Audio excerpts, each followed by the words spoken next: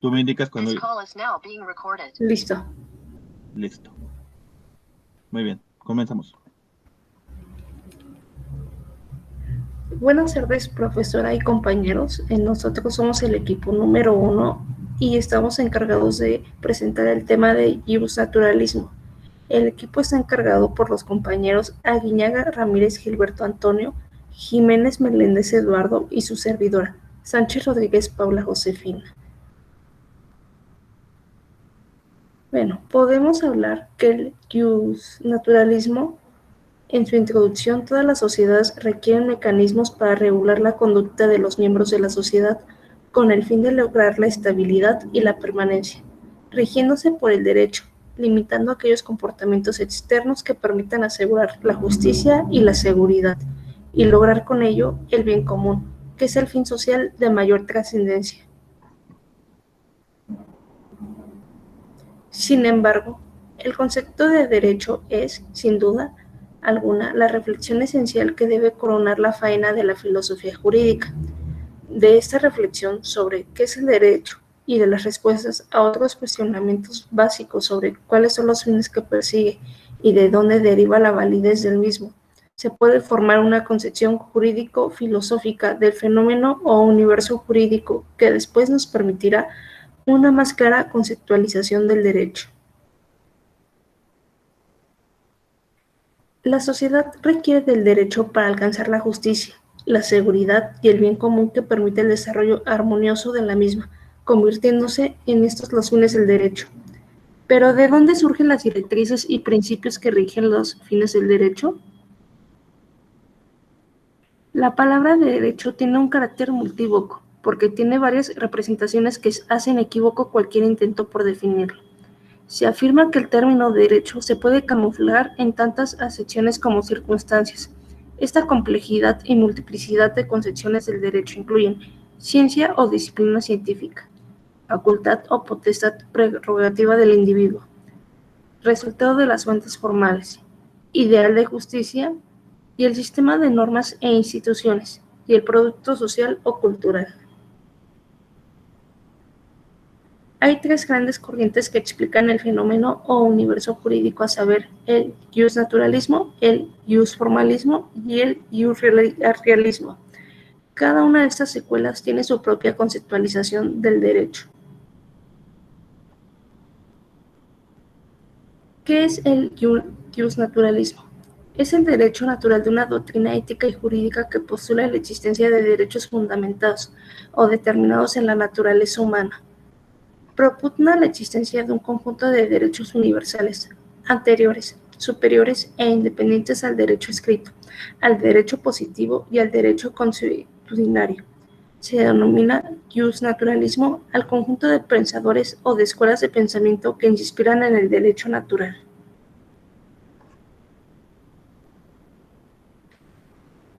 Las teorías iusnaturalistas o justnaturalistas afirman que la legitimidad de las leyes positivistas, que son el conjunto de normas efectivamente vigentes dentro de un Estado, dependen en el último término de su concordancia con el derecho natural.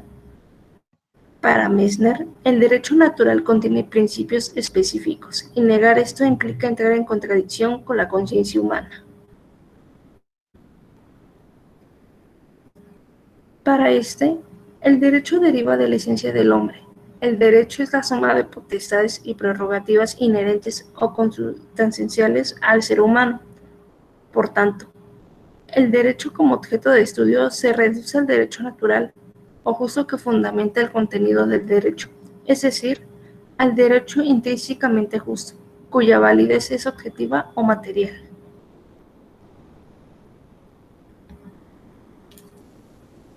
La validez del derecho deriva de la esencia del hombre. Por tanto, el derecho debe ser consustancial a la vida humana y reconocer los criterios éticos y virtuosos que deben coincidir con la naturaleza del hombre. La corriente del iusnaturalismo se divide en dos grandes grupos, el teólico y el laico racional. La diferencia entre estas subdivisiones es que la primera propone que la validez del derecho natural o justo se origina en la naturaleza del hombre como hijo de Dios, y la segunda sustituye la idea del creador, por el carácter racional del ser humano. Esto es, que el derecho es válido porque resulta de la naturaleza del hombre como ser racional.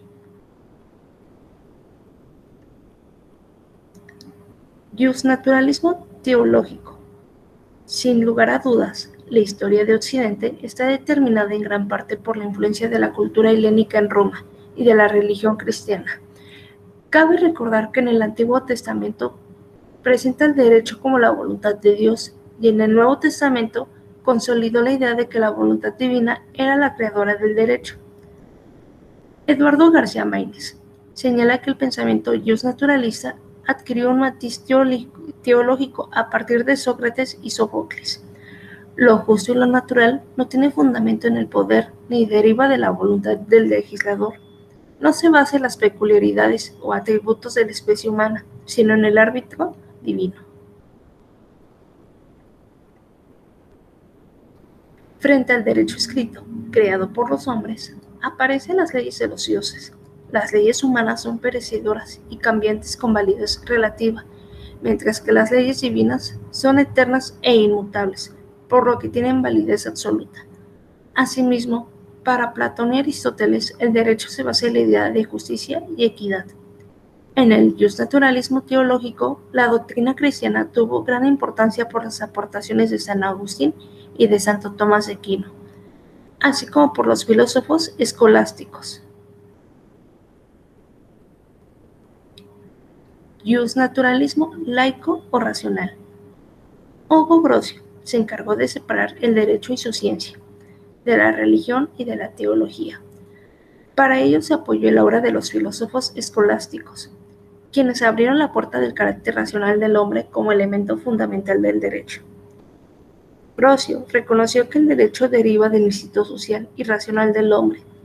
Sin duda, se apoyó y prosiguió con la tradición de la filosofía escolástica al afirmar que Dios es el autor de la naturaleza y al reconocer que por voluntad divina los hombres tuvieron ciertas características, como son su naturaleza social y racional, que les permitirían crear el derecho.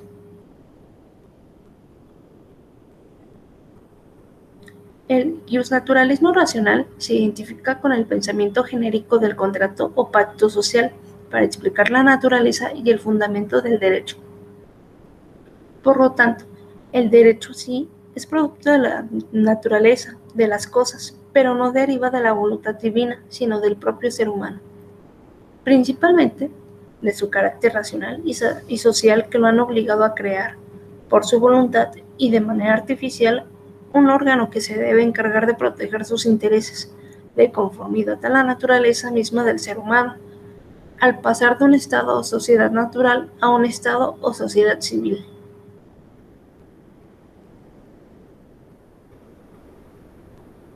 Antes de continuar, debemos establecer y determinar lo siguiente.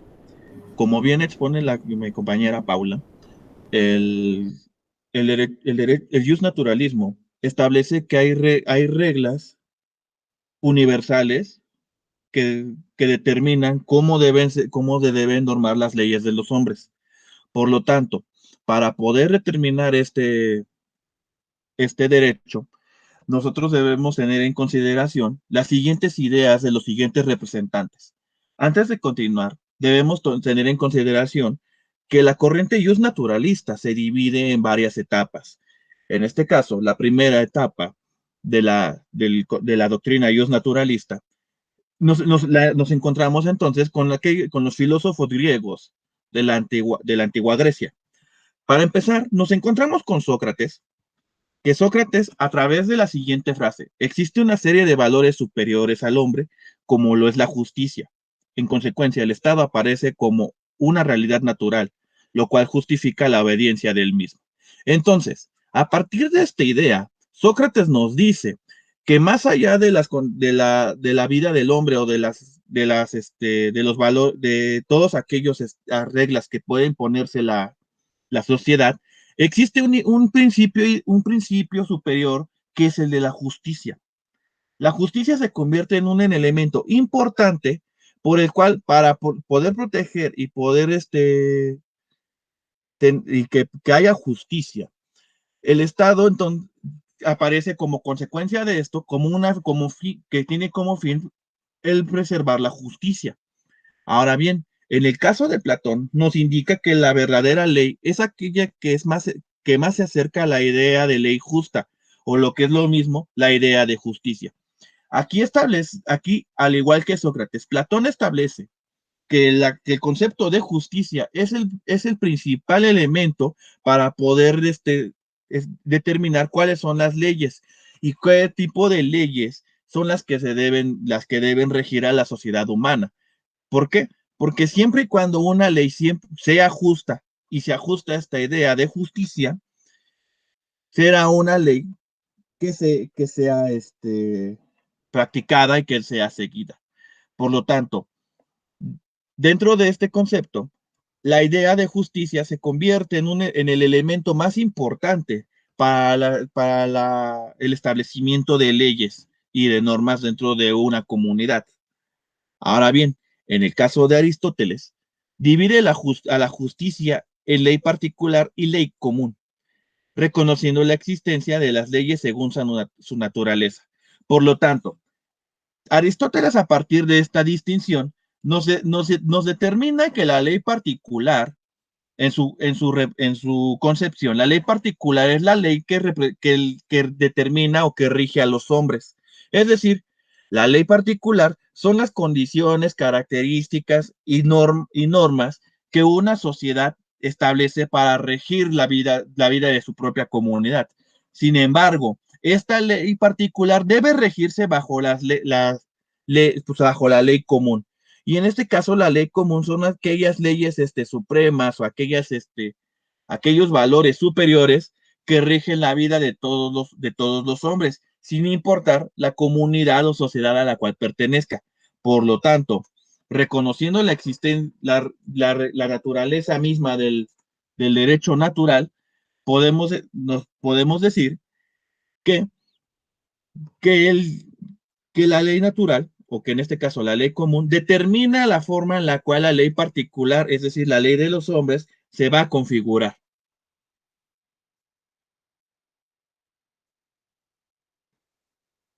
En este caso, ya después de la antigua Grecia y de ver a los grandes, a los grandes filósofos de la época, como son Sócrates, Platón y Aristóteles, nos basamos a la antigua Roma, que es la base que el sistema jurídico romano ha sido la base esencial de los sistemas jurídicos hasta la actualidad. En este caso, aparece, aparece en primer lugar Cicerón.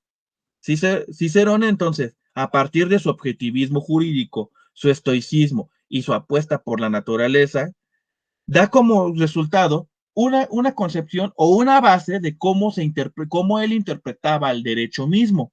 En este mismo, distingue entre el jus civile, que son las leyes positivas de cada comunidad, el jus gentium, que es el derecho universal, y el jus naturale, que como aquellos derechos abstractos y generales.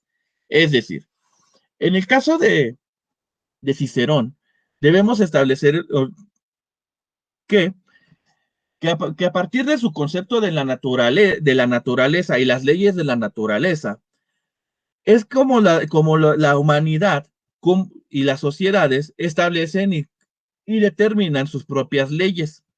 Por lo tanto, dentro de esas mismas leyes, debemos tomar en consideración que el jus natural son todos aquellos valores, aquellos principios abstractos y generales que son superiores a las normas, a las normas humanas, que determinan cómo es la forma en la cual los sistemas jurídicos se van a formar.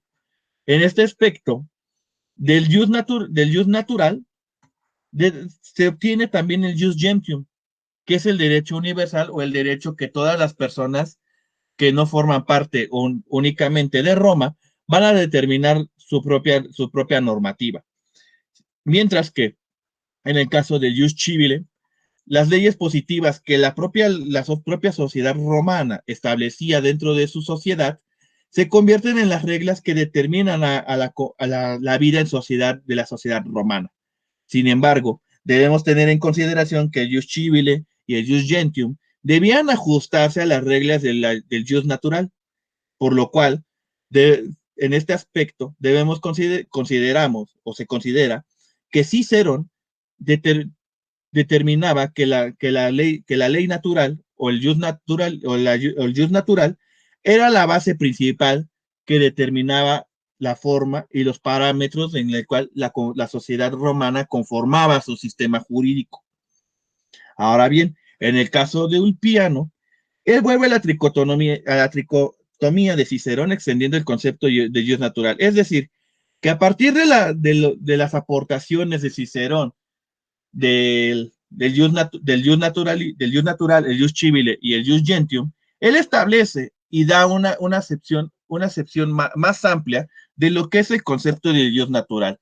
En este caso, el jus natural que Ulpiano establece es que la vida de la sociedad se debe regir principalmente en función de la propia naturaleza de la cual se compone el hombre. Mientras que en el caso de Paulo, establece que el jus civile y el jus natural son vistos como un ideal. Es decir, que las reglas establecidas a partir del jus civile y el jus natural deben ser determinadas como los principios máximos para regir la vida en sociedad.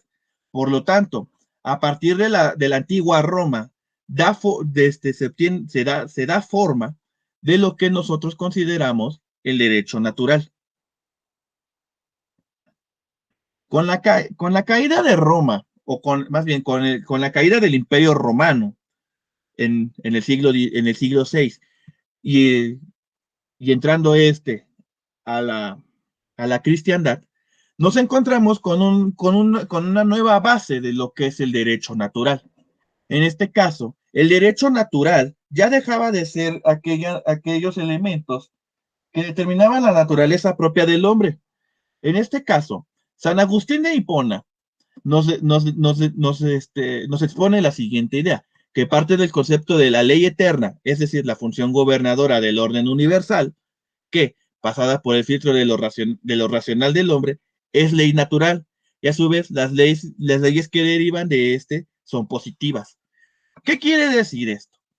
Que el jus naturalismo o la idea del derecho natural parte principalmente de un elemento divino que es el que gobierna todo el orden, todo el universo. Es decir, Dios se convierte en la parte fundamental que determina cuáles son las leyes naturales y que por ende la vida de las sociedades humanas debía regirse bajo los principios de la ley natural. Y esta misma ley natural eran principalmente las enseñanzas o lo que Dios determinaba como el derecho natural. Por lo tanto, el concepto de Dios, a partir de esta percepción, se convierte en el elemento principal para determinar y establecer los marcos normativos de las sociedades. En el caso de Santo Tomás de Aquino, entonces nos indica, desde la idea de la ley natural, sus preceptos son la autoconservación de la misma especie y la vida en sociedad, así como la búsqueda de la verdad.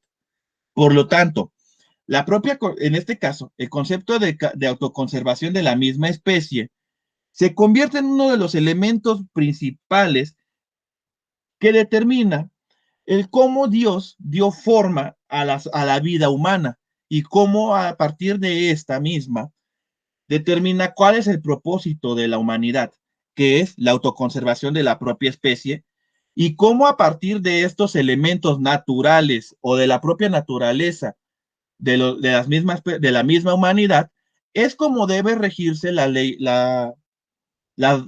leyes divinas y cómo las leyes divinas determinan a su vez la vida de las sociedades. Por lo tanto, el entender estas mismas reglas o estos mismos normas naturales, estas mismas leyes naturales, se convierten en aquella búsqueda de la verdad que tanto Tomás de Aquino propugnaba.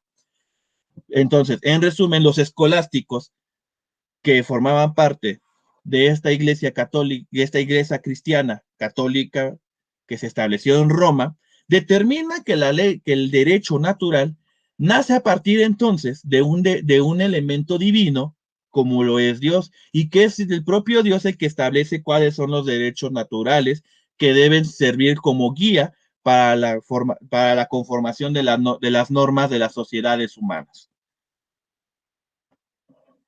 Ahora bien, después de los escolásticos y a partir del concepto de humanismo que aparece en el siglo XIII, aparecen los principales representantes del Estado laico. En este caso, existen una gran cantidad de pensadores y de representantes del justnaturalismo. Sin embargo, en esta oportunidad solamente nos vamos a centrar en estos representantes. Primeramente, Groucho nos indica que equipara el derecho natural con la naturaleza racional, que en última instancia se encuentra en Dios. Sin embargo, el componente racional se encuentra en lo social, es decir, la sociabilidad. ¿Qué nos quiere decir con esto Groucho? Nos indica que además del elemento divino que rige la naturaleza del hombre, es la propia interacción de la sociedad y de los individuos dentro de una comunidad los que rigen la ley de las reglas que determinan la vida en una sociedad. Es decir, este componente racional al cual nos refiere Groucho es que la propia naturaleza de la humanidad, es decir, de estos entes que conforman comunidad, son los que determinan y dan forma a las leyes que rigen a su vida dentro de una comunidad. Es decir, la propia sociedad, por medio de este elemento que es la sociabilidad, determina cuáles son las reglas a seguir dentro de una comunidad. Ahora bien, Pudendorf nos indica, se acerca al naturalismo desde el voluntarismo, siendo el hombre que posee dos condiciones naturales. El imbecilitas, que es la inseguridad, el desamparo y el estado de naturaleza, y el socialitas, el status civilis y el status adventilus. Es decir, a partir de esto, nos indica que la naturaleza de la humanidad,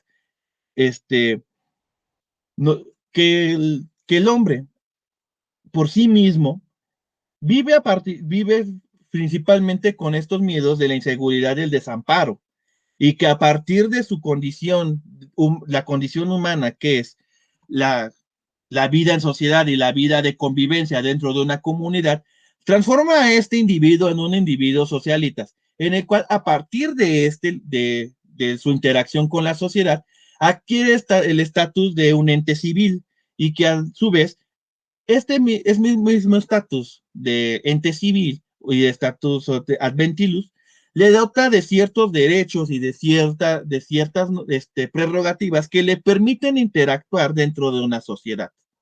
Ahora bien, en el caso de Jean-Jacques Rousseau, nos indica que plantea la existencia de una humanidad asocial e idílica, donde la igualdad y la libertad son derechos naturales. La corrupción que aparece con la imposición de la propiedad va unida a la aparición de la sociedad, lo cual se organiza mediante un contrato social. Es decir, que en este caso nos indica que no, la sociedad humana se rige bajo los ideales y los principios de la igualdad y la libertad. Es decir, que a partir de estos elementos o estos principios superiores, que se determina como los derechos naturales y los valores fundamentales de la sociedad, nos indica que es a partir de la consecución y el perseguir estos ideales, los cuales forman el sistema normativo que rige a una sociedad y que a partir de su interacción entre los individuos dentro de esta comunidad o de esta sociedad, es que impone las reglas que impidan, en este caso, que las sociedades, se corrompan. Es decir, que con el objetivo de seguir y perseguir esta igualdad y esta libertad, los hombres determinan reglas y determinan un sistema normativo basado en esta idea del contrato social que evita que las sociedades se corrompan. Ahora bien, no podemos olvidar que además de estos representantes, también se encuentran el, el principio, las aportaciones que hizo Montesquieu, que hizo John Locke, y que también Hobbes también nos dictan a través de sus obras. Por lo tanto, es bueno, no podemos olvidar hacer mención de estos mismos representantes y sus aportes, y las obras en las cuales hicieron sus aportes. Ahora bien, la aplicación del análisis naturalista a un caso. Primeramente, en este caso, nosotros tomamos en consideración el concepto de constitución y cuál es entonces la naturaleza propia de la constitución. Si es la constitución que es la que da forma a un Estado, es el que el Estado otorga derechos o reconoce derechos. Entonces, debemos establecer en primer lugar este concepto. Los derechos constitucionales son aquellos derechos incluidos en la norma constitutiva y organizativa de un Estado, que generalmente denominada Constitución, que se consideran como esenciales en el sistema político y que están especialmente vinculados a la dignidad humana. Pero la cuestión es si el Estado reconoce u otorga derechos. Por lo tanto, aquí nos vamos a ir al desglose de estos dos conceptos. El otorgamiento de derechos. Es una tesis positivista, donde la ley escrita es la que le da el nacimiento de los derechos. Es decir, que si una ley no se encuentra escrita dentro de un documento dotado de legitimidad y validez, no puede ser considerado un derecho, por lo que de no existir una ley que lo avale, no puede considerar un derecho. Entonces, a partir de esta tesis positivista, si una ley o un derecho no existe escrito y no existe dentro de una ley que sea aceptada dentro de una sociedad, no se puede considerar un derecho. Por lo tanto, un sistema normativo en el cual otorgue un sistema normativo, un sistema constitucional que otorgue derechos, tendrá como principio entonces, es una tesis positivista. En el caso del reconocimiento de los derechos, nos indica que es una tesis, la tesis del reconocimiento de derechos, es una tesis naturalista, donde el Estado, por medio de su Carta Magna, acepta que el ser humano nace con una serie de derechos que la propia Constitución reconoce en su artículo primero.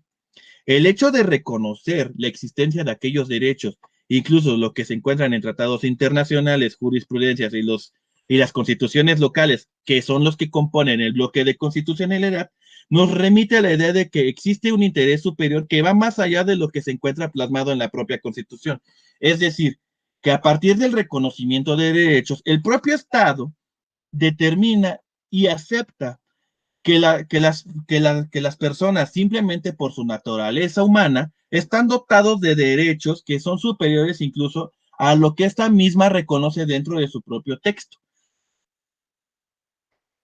Por lo tanto, ¿cuál es el principio principal por el cual la propia Carta Magna de nuestra Constitución Política de los Estados Unidos Mexicanos establece este reconocimiento? El principio principal o fundamental de este reconocimiento de derechos humanos es la dignidad humana. Por lo tanto, la dignidad humana como idea general se convierte en el parámetro para el reconocimiento de los derechos humanos, que son a su vez los derechos que el propio Estado se propone a proteger y preservar desde el momento mismo en que reconoce que los individuos que habitan su territorio disponen de los mismos. Por lo tanto, el preservar esta idea fundamental y primordial y principal, que es la dignidad humana, es lo que da como resultado la conformación del sistema jurídico que actualmente nos rige en nuestro país. Sin embargo, ¿siempre fue de esta manera? No. En este caso, hay un hecho fundamental que marca un cambio entre esta visión positivista y la visión naturalista del concepto que la Constitución otorga derechos a reconocer derechos. Entonces, ¿cuál fue este hecho? Antes del 10 de junio del 2011, la Constitución Política de los Estados Unidos Mexicanos hacía mención a las garantías individuales, es decir, aquellos mecanismos que la propia Carta Magna disponía para la protección de los derechos de sus habitantes. Sin embargo, aquella resolución de la Corte Interamericana de Derechos Humanos dictó un fallo en contra de México por el caso Radilla Pacheco. donde exhortó al gobierno mexicano a realizar los cambios necesarios que lograran asegurar la preservación de los derechos humanos, por lo que se eleva a carácter constitucional el reconocimiento de los derechos humanos y el principio pro persona.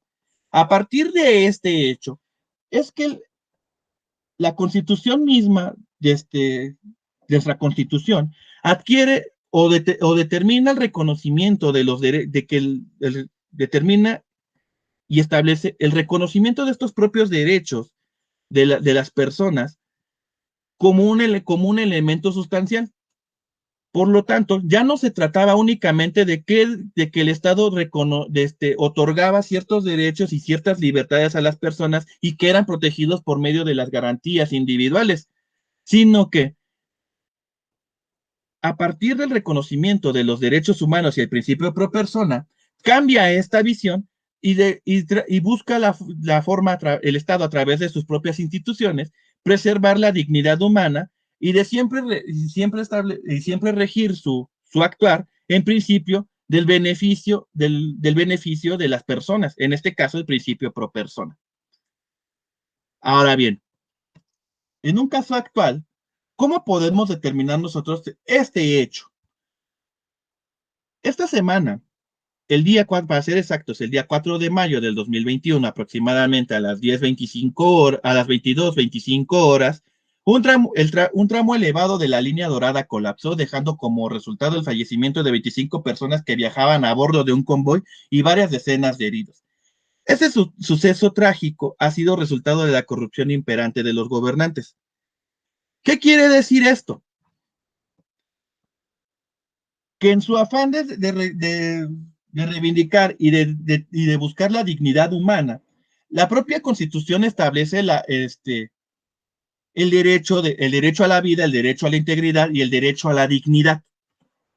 Sin embargo, a partir de este hecho, nosotros nos percatamos que en este caso, el propio gobierno, a través de sus representantes políticos y los representantes de las empresas que se encargaron de gestionar este proyecto, rompen con esta idea de preservar la dignidad y de preservar los derechos humanos.